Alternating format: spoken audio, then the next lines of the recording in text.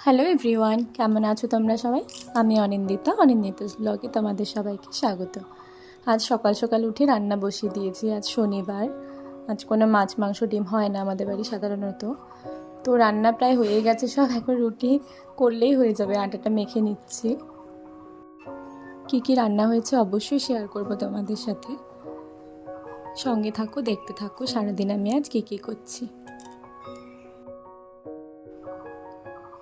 রুটি ভাজা কমপ্লিট আমার। এখন আমি গ্যাস ক্লিন করে নেব এবং সব বাসনগুলো মেজে নেব। দেখো আমি সব পরিষ্কার করে নিয়েছি। ভাতটা আমি পরে করব, এখন তো সবার ছুটি, স্কুল নেই কারো, তাই সব দেরি করেই খাবে, তাই দেরি করেই ভাত করি। এই দেখো বাসনও ধুয়ে নিয়েছি।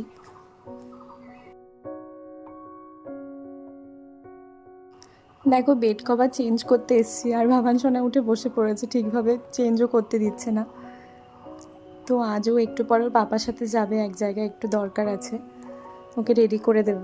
তার আগে আমি মেশিনে কাপড়গুলো ধুতে দিয়ে দিলাম। এরপর বাবান সোনাকেও রেডি করে দিয়েছি। বাবান সোনা তোমাদের কি বলছে?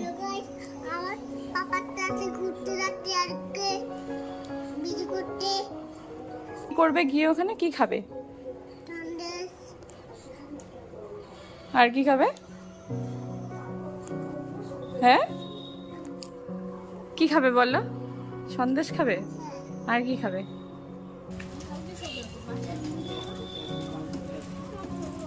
দাঁড়াও দাঁড়াও দাঁড়াও,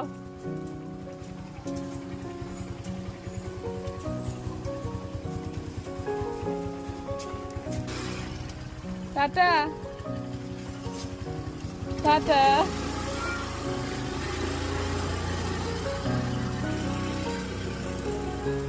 বাবান সোনাকে ওর পাপা নিয়ে গেল আর দুধটা দিয়ে গেল। চলো জাল দিয়ে নিই দুধ। এখন মিষ্টি মায়ের সাথে সময় কাটাবো, মিষ্টি মাকে পড়তে বসাবো। তার আগেও একটি নতুন গান শুনেছে, বললো চলো মা তোমাকে শোনাবো। তো আমার সাথে সাথে তোমরাও শোনো।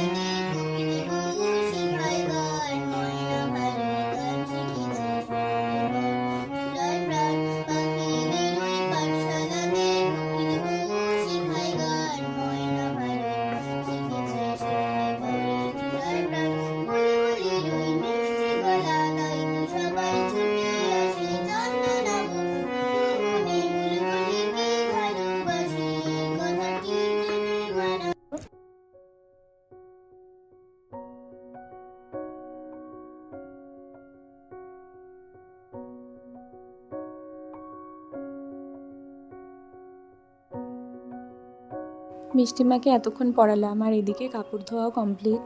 চলো ছাদে মেলে দিই। দেখো কি সুন্দর ফুলগুলো ফুটেছে, খুব সুন্দর লাগছে দেখতে, পুরো টব ভরে আছে।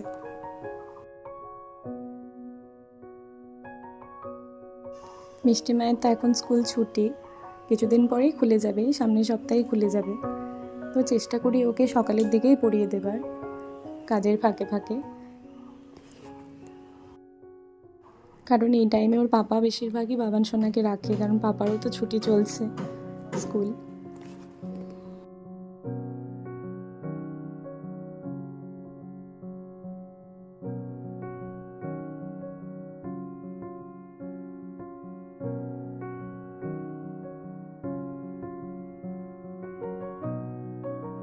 সব কাপড় মেলে দিয়েছি আর ওদিকে বাবান সোনাও চলে এসছে, আমি আওয়াজ পাচ্ছি ছাদ থেকেই।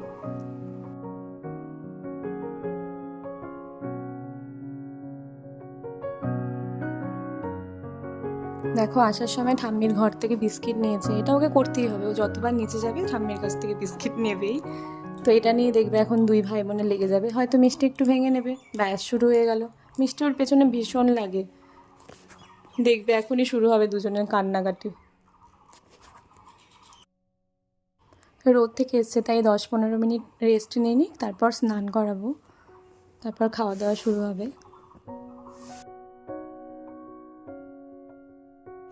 চলো শেয়ার করি কী কী রান্না হলো আজ। আজ করেছি কচু বাটা, ডাঁটা চচ্চড়ি, এঁচোড়ের তরকারি, পাঁপড় ভাজা আর একটা একদম হালকা মশলা দিয়ে সয়াবিন, পটল আর আলু দিয়ে তরকারি। যেহেতু বাচ্চারা খাবে তাই এটাতে একদমই ঝাল দিইনি। দুপুরবেলায় খেয়ে একটু রেস্ট নিয়েছিলাম। তারপর এখন 5:30 মতো বাজে, একটু পেছন দিকে এসেছি, আধ ঘন্টা হাঁটাহাঁটি করব। দেখো কি সুন্দর ফুল ফুটেছে কলাবতী, জঙ্গলের মধ্যে খুব সুন্দর লাগছে দেখতে।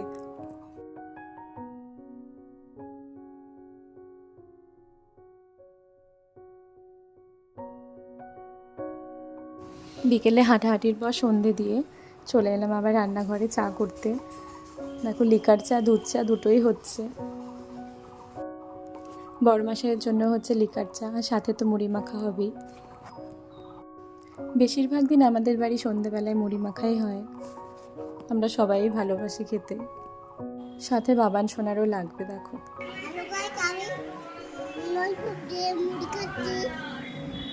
তোমরা কি কেউ খাবে? তবে চলে এসো আমাদের বাড়িতে। আমার বাড়িতে তোলা তো বলে আমি তোতলা, আমি তোতলা কথা বলি।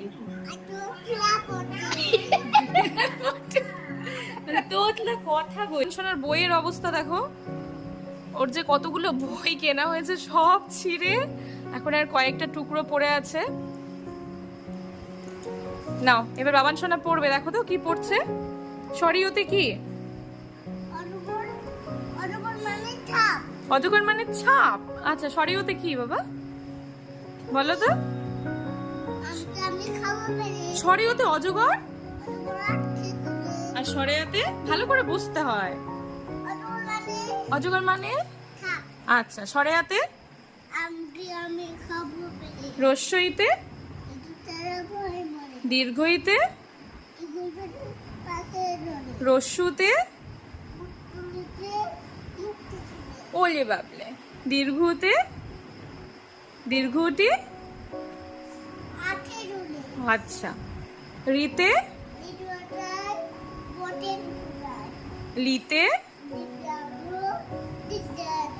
ও এতে, ওইতে, বাহ ভেরি গুড। ওতে, ওতে